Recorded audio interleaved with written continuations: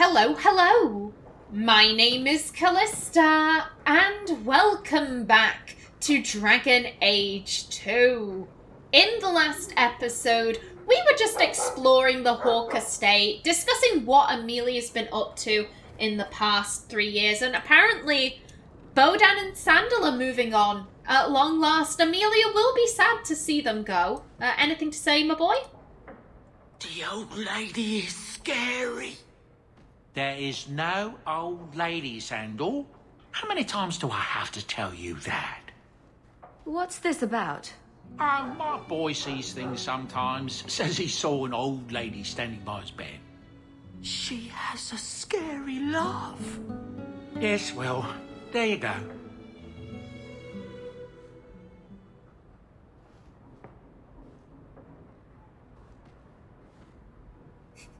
God damn it, Sandal, just looking at him as he starts scratching his backside. Oh god, Amelia would be highly concerned about that. The fact that Bodan isn't is weird.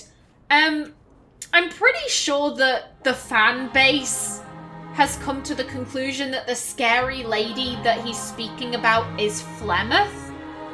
I'm inclined to agree. I think that would make sense. I can see Flemeth watching Sandal because he is rather intriguing and she does have kind of a scary laugh. I want to go home. Oh. We can go back to Ferelden one day, my boy. I promise. Yeah, back to Ferelden, but first to Orlais. You'll have fun there. Orlais is nice. Now then, what do we have? Meredith Aluni. Who sent this? Whoever it is, we track them down and slap some sense into them. Didn't Fenris say all Tevinter wine is made from the blood and tears of slaves? Tasty. I hope he was exaggerating. Probably. Maybe. Who knows? Excuse me? Ah, this statue. Wait, where did I get this statue? After 3 years, still trying to figure out where that statue came from. Nice. And hello? The Pursuit of Knowledge by Brother Genitivi. Varric recommended this book, didn't he? Well, it is a very good book. And yes, we still have Memento of Legacy and Memento of Mark of the Assassin, which, as I said before, I'll be getting to those right before the end of the game. They are literally the last thing I do. And hello? A gift from Aveline. She certainly knows her spirits. Aveline, you know me so well. I always accept gifts of alcohol. Thank you. Okay, yep, that is everything looked at. Hello, Anders. For the Maker's sake, draw the curtains. Do you know what could happen if the Knight Commander spies catch two apostates talking? No? What? No wonder the demons found you such easy prey. Her ignorance will be what draws the Templars down on us.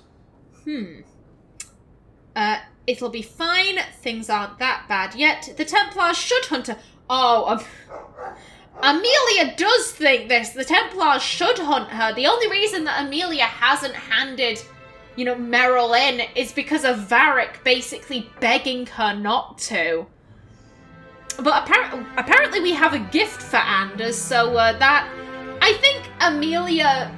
She really tries to focus on the positive aspects of her relationship with Anders because they do fight like cats and dogs. They have frequent, shouting matches, and when I say they get physical, I imagine like throwing plates at walls and like throwing cups, that kind of thing. It's not like they're punching each other. But I think they have these very violent arguments a lot of the time.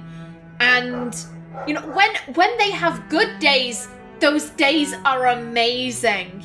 Amelia, like her heart flutters when she thinks of those days. But I think she doesn't like to think of the fact that the vast majority of their days are argument-filled and tear-filled.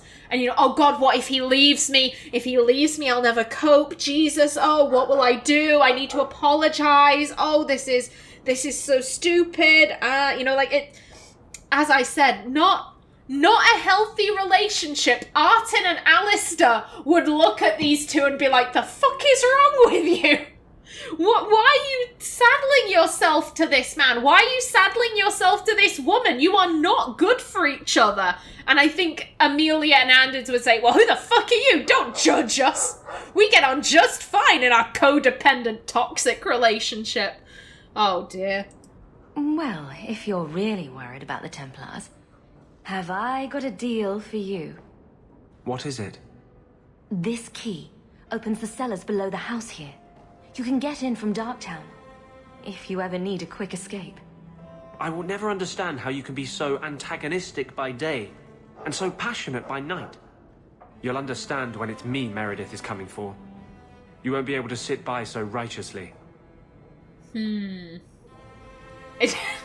That is I think that Anders rather hit the nail on the head there. I think they also have a very passionate sex life, which makes things so much more tolerable. Meryl's gone now. Is this the best you can think to do?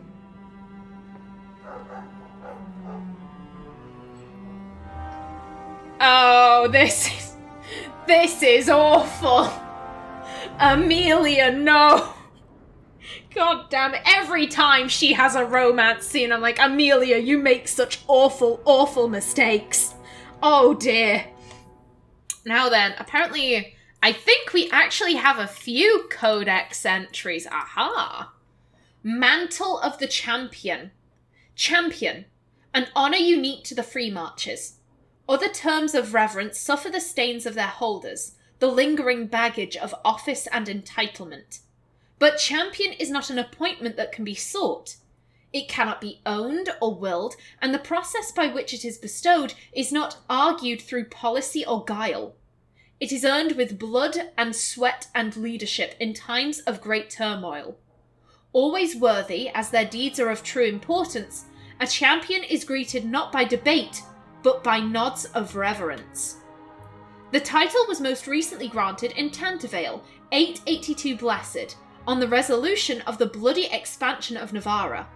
Their king, emboldened by the taking of Perendale and the quick yielding of Hasmal, thought the remainder of the Free Marches an easy claim. He who became the champion, Cade Arvale of Ravane, did what Orlais had not. He stopped a nation in its tracks. There was blood and barter, but Tantervale is still free against all odds. There is the contradiction of the honour. Champion is not itself a sign of approval. He or she can be respected or feared, their coming dreaded as much as desired. All that is common is that they have an effect and lives are changed. Kirkwall now adds to the history of the title, a first for the city, on this 934 dragon. The Kunari are repelled by means respected or reviled, and it remains to be seen what follows for this Amelia Hawke, the champion of Kirkwall.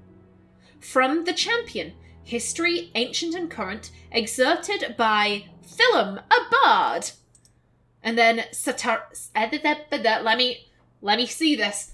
Satareth, I think that's how you pronounce it.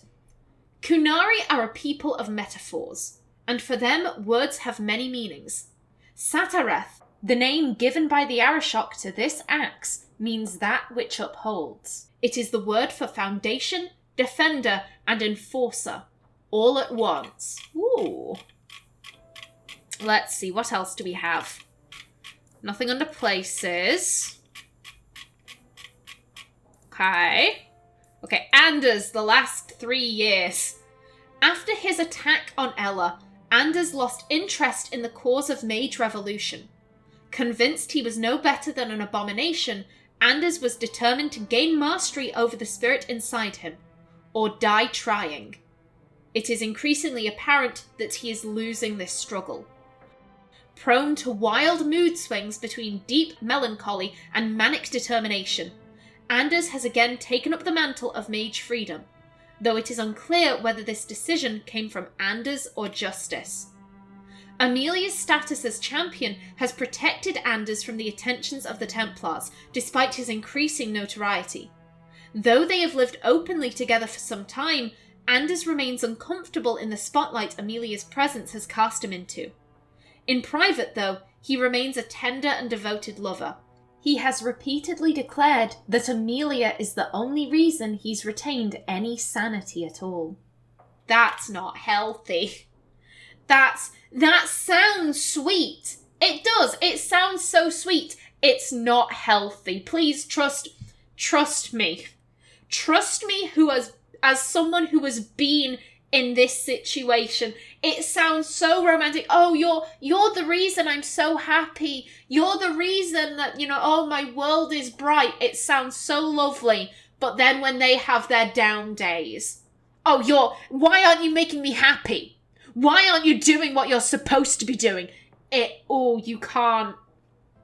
You really can't. I think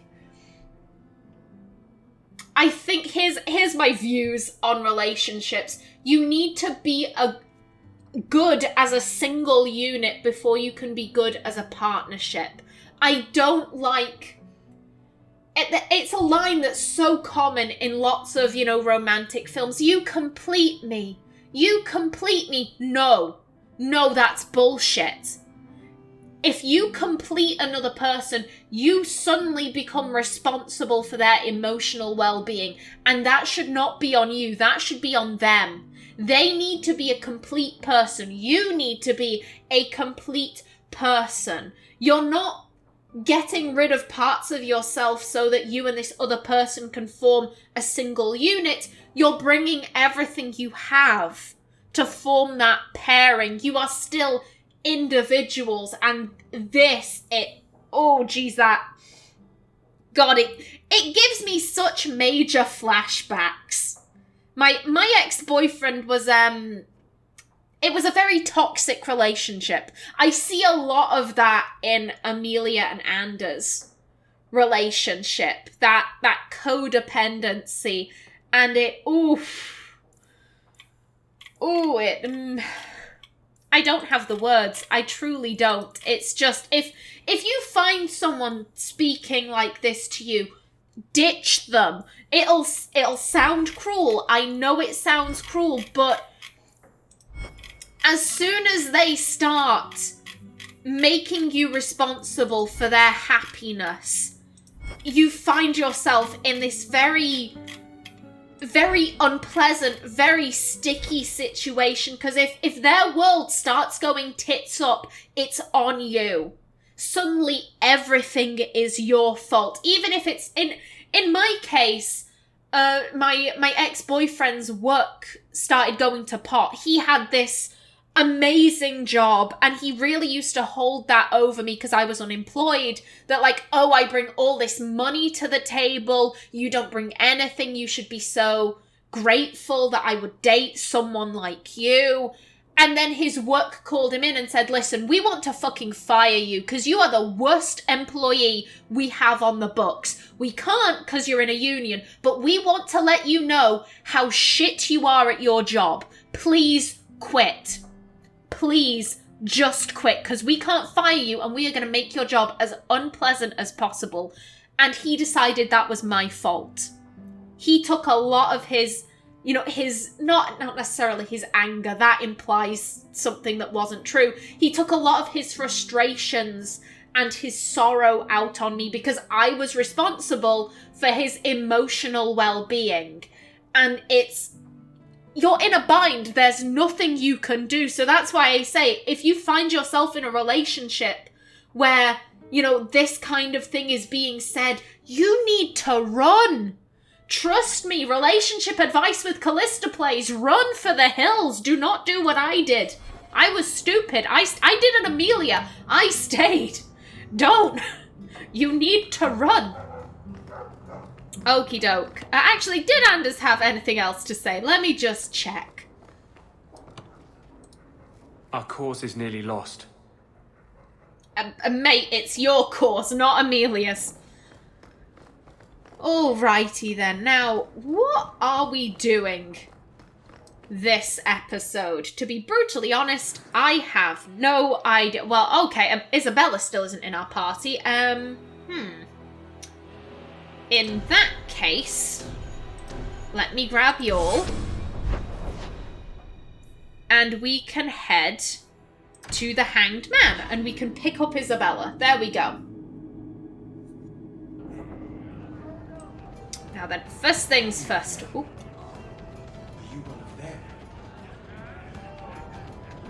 Okay, sir. All right. Oh, that was weird.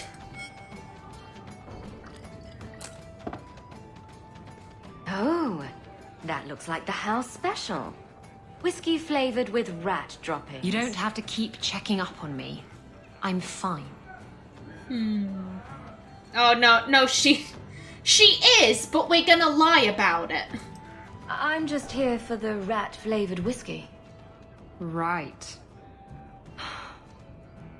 Remember what you said after the mess with the Kunari? Yeah, I think that out of everything, this just seems mean.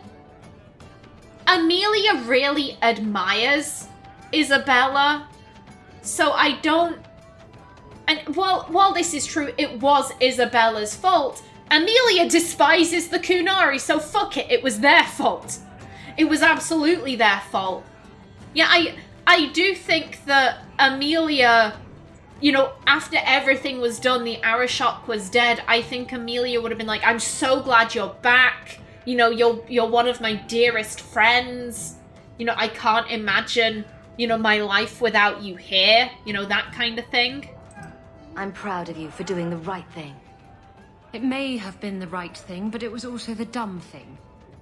The relic was mine. I should have kept running. I couldn't have saved Kirkwall without you. Bullshit. You could have stormed the keep and slaughtered all those Kunari if you had to. You and Aveline. I mean, look at her. She's a woman-shaped battering ram. The fact is, you and I have nothing in common anymore. You're a champion, and I'm just a lying, thieving snake. You may be a lying, thieving snake, but you're also my friend. Whatever you think you are, I still care about you. It must have been hard to give up the relic, and I appreciate it. Whatever comes, you have my support. Well, perhaps it's time to stop hiding. And I do miss the trouble we used to get into. Tell you what, I'll be here if you need me. Hey! French... Oh! Anders immediately like, I'ma just get in between these two.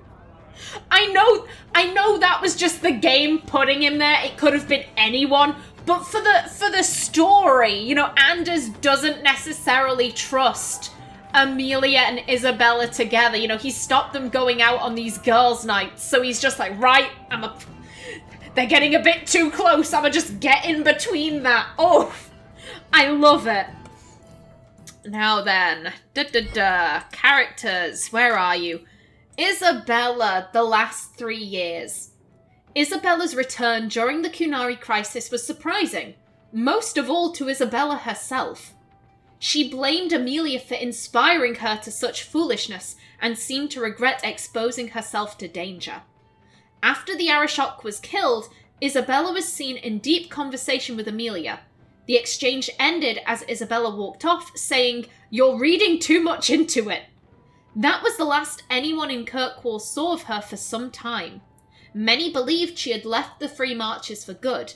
Then, as abruptly as she had departed, Isabela appeared one day in her usual spot in the Hanged Man, drinking as though she had never been gone. Yeah, I think Amelia, you know, once she heard that Isabela was back in town, she would have been like, hey, girls' nights. But, you know, Anders put a stop to that. Sad times. But hello. You're right. Doing okay, buddy. It's a bit weird seeing her. So he comes down wearing nothing but his boots. Aye. We drinks and everyone's laughing at him, but he doesn't care. He was naked. Just airing things out, he said. Good for him. Okay. Yeah, a bit odd to be seeing a Kunari in the Hangman, but whatever. Okay. Now then, banter? So, the Knight Commander. Boiling in oil? That one never gets old. This is past time for joking. I'm helping you indulge in elaborate revenge fantasies. I think it's good for you. Meredith will die. Do not doubt that. Oh, go away, Justice. Can Anders come out and play? Stop. You are no fun anymore. Oh dear. This is so concerning. Oh god, Amelia's just like, I'm gonna pretend I didn't hear that. I'm just gonna pretend I never heard that conversation. If you think that was bad, I should tell you about the Black Marsh. See, when you say things like that, Blondie, it just makes me glad I didn't know you sooner. Who goes to a place named Black Marsh on purpose? Now, they called it Beer Marsh. No, still doesn't work. You've got a point. The marsh part does cancel out anything else. Flower Marsh, Kitten Marsh. No, no good. Ah, you've got company. I'll see you later. Hawk, what can I do for you? Oh, the Black Marsh. That was the quest line in Awakening where we first met Justice. Oh, innocent times, my heart. Why was Anders here? Maybe to be fair, for as jealous as Anders gets, I think Amelia is also equally as jealous. Why was he here, Varric? What was happening? Was he talking to Nora? She's kind of cute. Was he? What was Anders here for? Blondie didn't tell you? He comes down here now and then. He loses at cards to Isabela, and I buy him drinks. He's got some stories about his days in Ferelden that sound implausible, even to me. He's not bad for a mage. Crazy, but that's most everyone in this city. Oh dear, that's gonna cause an argument later. Like, oh, you don't like me seeing Isabela, but you come down to play her at cards? What the fuck? You know, as like a plate smashes. And, oh god, this is a terrible relationship. This is awful. I wouldn't say no to a pint. I should make you buy the drinks, oh champion of Kirkwall. So, what's the word in Lowtown, Varric? Nothing you don't know already. The Viscount's departure, a vacuum of power, troubles brewing. Get rid of one thread and another appears. I'm starting to think this city's in love with Crisis. Hope you're ready for it, my friend. I'm keeping Bianca close. Oh dear. Varric, the last 3 years. There's power in stories. That's all history is. The best tales, the ones that last, might as well be mine. Varric saw Bartrand settled into a sanitarium just outside Kirkwall run by the Chantry. He then took up the mantle of House Tethras officially. However, according to the updated official Kirkwall and Merchants Guild documentation, the family businesses are run by non-existent uncles, aunts, cousins, and household pets. Of course they are. Ooh. This power vacuum, ugh. As I said, Amelia is perfectly happy with Meredith running the show, and I don't think she really understands why people are so upset, you know, with her kind of taking the Viscount's position. You know, she's doing a perfectly good job in Amelia's mind. However, I think she's not so blind to the fact that she can't see that people are upset. She doesn't understand why, but she's like, there is definitely tension. There is, as Varric said, trouble brewing. And I guess it makes her nervous. She is probably having flashbacks to, you know, everything that went down 3 years ago, and she's thinking, why does this feel so familiar? Why does this feel just like 3 years ago with the Kunari threat and all of that? Need to put someone to sleep. I'm your man. Thank you, Martin. Let's see, what have you got? Okay. Oh, let me sell all my junk. There we go. Well, we can sell that. That's no use. And then we don't need the injury kits. There we go. I'll sort out my inventory at some point in the future. Not entirely sure when, but you know, at some point. Thank ya. Don't mind me, Martin, just stealing your bracelets. Okie doke. Now, where to next?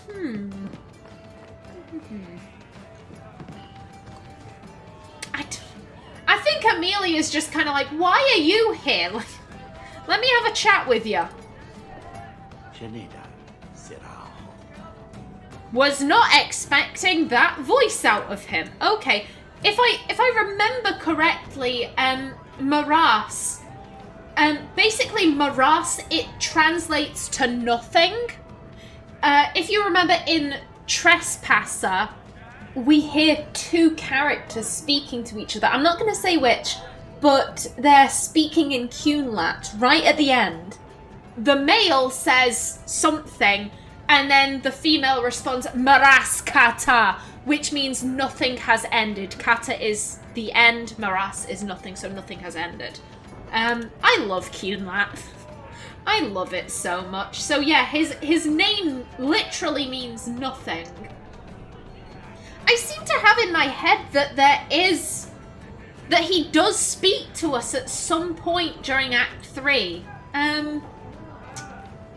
If we don't, then I'll say who this guy is, but for right now, I'll leave him be. I hear the champion of Kirkwall's killed a dozen dragons and sleeps on a bed made from their bones.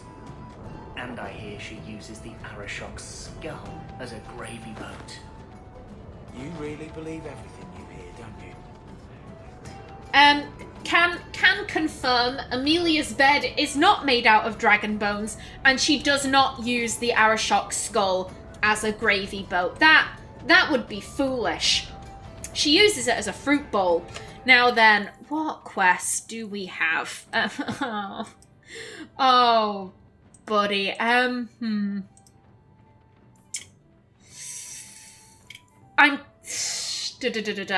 Here's the thing. I know speak with Fenris, that leads into another quest, as does Faith.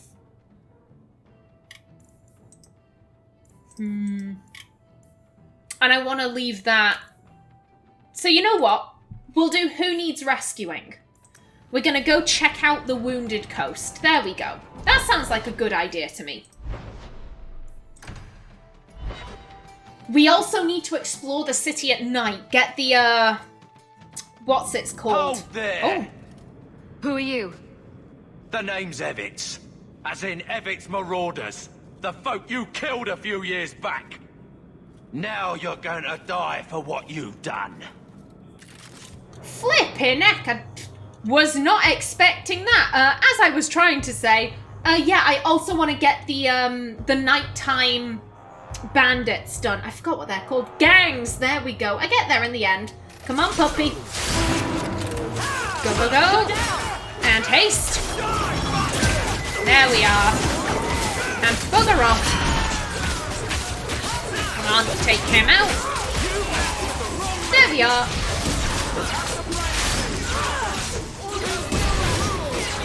And the thug is down. There we go. Everts, you really didn't put up much of a challenge, buddy. Your kind of associates that we killed all those years ago, they were way tougher. I have to admit, Anders, of the mages I know, you're the one I expected to go out in a blaze. The day is young. It was a compliment, you ass. No, it wasn't. Oh, God. Oh, God. Please, Aveline, don't joke about that.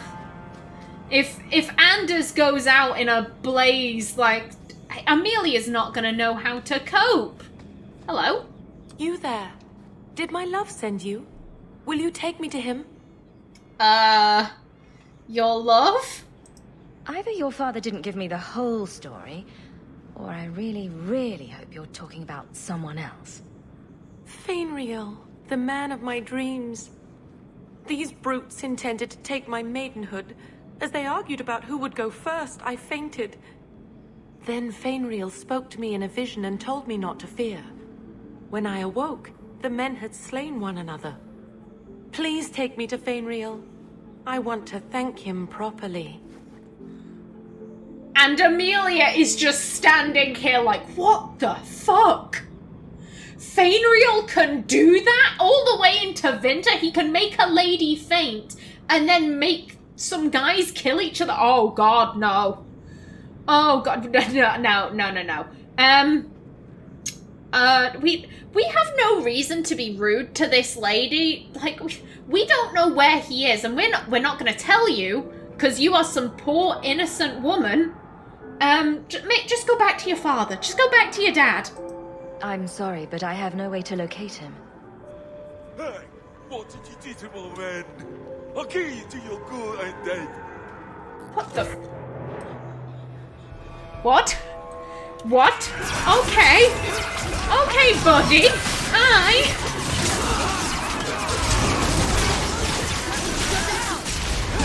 You're down. And excuse you, no healing. You do get results, don't you? It seems I must wait a bit longer for my love. Oh, thank you for your aid. I will find my way back to Kirkwall. The walk will tire me, and we'll be reunited in my dreams.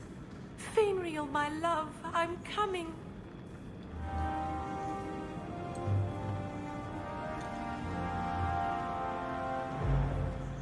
Amelia watches Orana walk away, her mouth hanging agape, just thinking, what the fuck have I unleashed? What have I done? Oh god. Oh god, I should have made him tranquil. I should have made him tranquil, but I just couldn't do it. Oof. Fainriel is so powerful. He is so stupidly powerful, and that scares the crap out of Amelia, to be brutally honest.